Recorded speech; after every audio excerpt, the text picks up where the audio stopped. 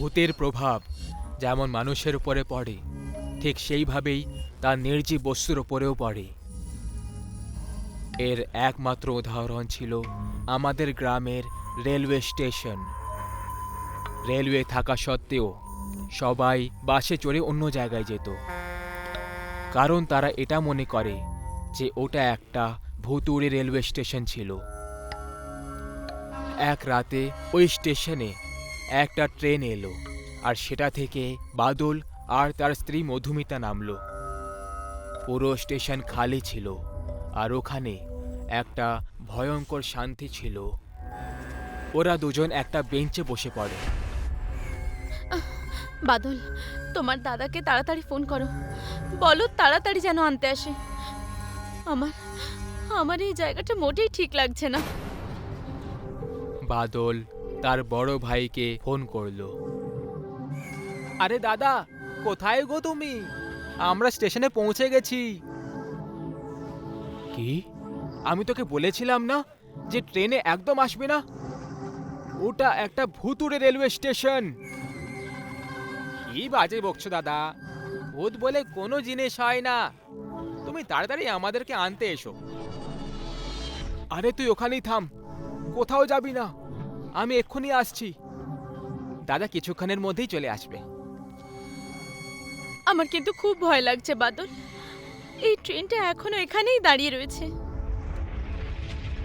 হয়তো এটাই last stop. তুমি ভয় পেও না, কিচ্ছু হবে না। বাদল আর মধুমিতা ওখানেই বসে রইল। হঠাৎ ট্রেনের হর্ন বেজে উঠল, আর ওই ভয়ঙ্কর শান্তি ভঙ্গ হয়ে গেল। ট্রেনের ভেতরে অন্ধকার ছিল। ট্রেন আস্তে আস্তে চলতে লাগলো। দেখো, ট্রেন চলে যাচ্ছে।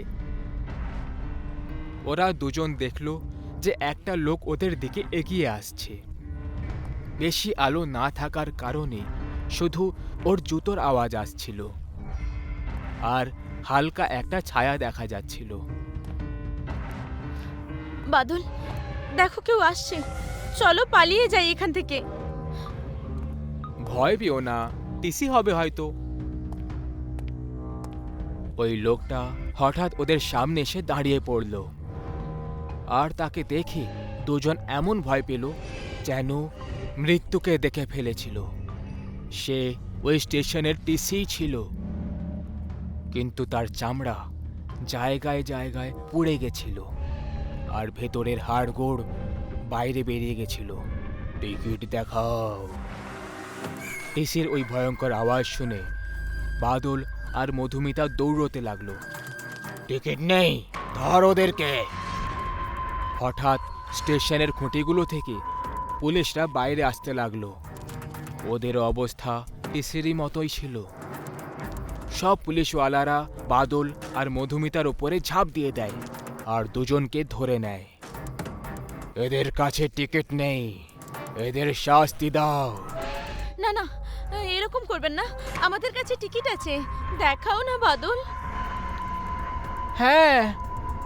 বাদল দুজনের টিকিট বের করে টিসিকে দেখালো। টিসি ওই টিকিট দেখলো আর বলল, এগুলো এই স্টেশনের নয়, এগুলো অন্য স্টেশনের টিকিট। মানে? মানে যে তোমরা শাস্তি পাবে।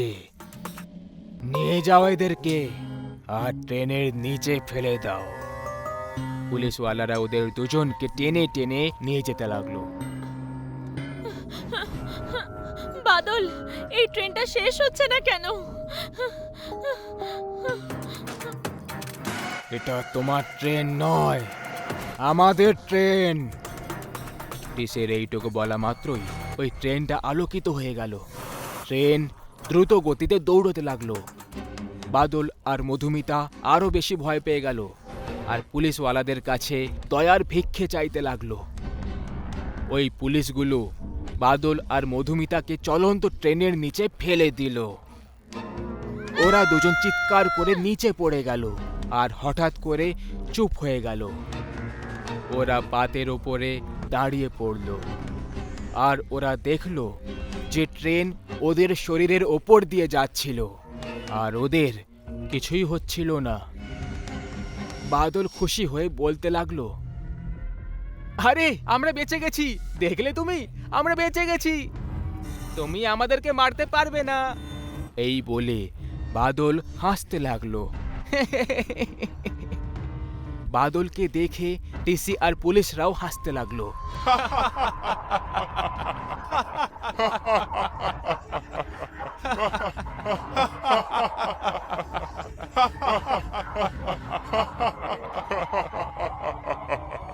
ওদেরকে হাসতে দেখে বাদল চুপ করে গেল। ওদের ভয়ঙ্কর হাসি শুনে মধুমিতা কাঁদতে লাগলো। বাদল ঠিক কিছুই বুঝতে পারছিল না। আস্তে আস্তে বাদল আর মধুমিতার নিঃশ্বাস নিতে অসুবিধে হতে লাগলো, আর ওরা নিচে পড়তে লাগলো। দুজনের দম ফুলতে লাগলো, আর চেহারা নীল রঙের হয়ে গেল। আর কিছুক্ষণ পরেই ওরা দুজন মরে গেল। যখনই ওরা দুজন মরে গেল, ওদের লাশগুলো ট্রেনের সাথে সামনে চলে গেল। লাশগুলোকে যেতে দেখে টিসি আর পুলিশগুলো চলন্ত ট্রেনে ঝাঁপ দিয়ে দিল। সবার চলে যাওয়ার পর ট্রেন আস্তে আস্তে উধাও হতে লাগলো। ট্রেনের উধাও হওয়া মাত্রই ওই রেলওয়ে স্টেশন আবার আগের মতো ভয়ঙ্কর শান্তিতে বদলে গেল, আর সব আলো নিভে গেল। কিন্তু হঠাৎ একটা আওয়াজ এলো, বাদল, মধুমিতা! বাদলের বড় দাদা ওদেরকে নিয়ে যাওয়ার জন্য এসেছিল। সে ওই বেঞ্চের কাছে এলো যেখানে বাদল আর মধুমিতা বসেছিল। সে খুব ভয় পেয়ে গেছিল। ব্যাগ তো এখানেই রয়েছে, ওরা দুজন কোথায় চলে গেল? বাদল, মধুমিতা! বাদলের দাদা পাগলের মতো ওদের ডাক দিতে লাগলো। কিন্তু হঠাৎ সে থেমে গেল, কারণ সে অন্ধকারে দুটো ছায়া তার দিকে আসতে দেখে সেও ওদের দিকে দৌড়লো। যখনই সে ওদের দুজনের সামনেই পৌঁছলো, সে ভয়ের চোটে থেমে গেল। ওর সামনে বাদল আর মধুমিতা দাঁড়িয়েছিল, কিন্তু ওদের অবস্থা টিসির মতো ভয়ঙ্কর ছিল। চলো দাদা, আমাদের বাড়ি ফিরে যাই। বাদলের এটা বলা মাত্রই সেই ট্রেনটা আবার দেখা দিয়ে দিল।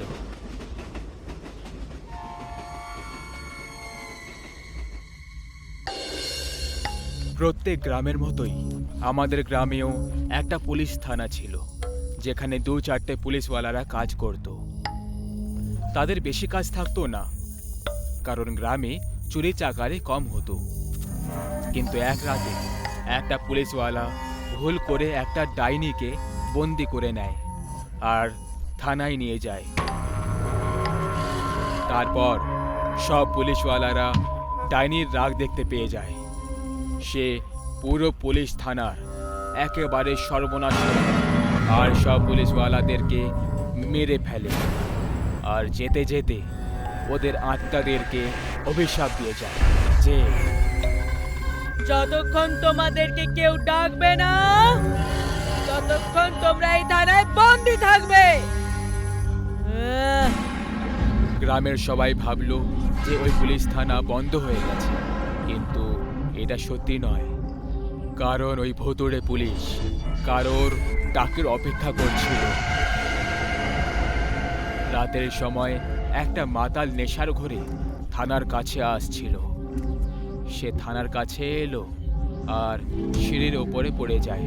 তার আসা মাত্রই থানার মধ্যে লাইট জ্বলে যায় আর দরজা খুলে যায়। মাতাল দেখল যে ভেতরে মদের একটা বোতল ছিল। সে ওটা নেওয়ার জন্য ভেতরে গেল আর দরজা বন্ধ হয়ে গেল। মাতাল বোতল নিল আর তাড়াতাড়ি খেতে লাগলো। পুরো বোতল শেষ করার পরে সে নিজের চারিদিকে দেখলো। সে ভয় পেয়ে গেল।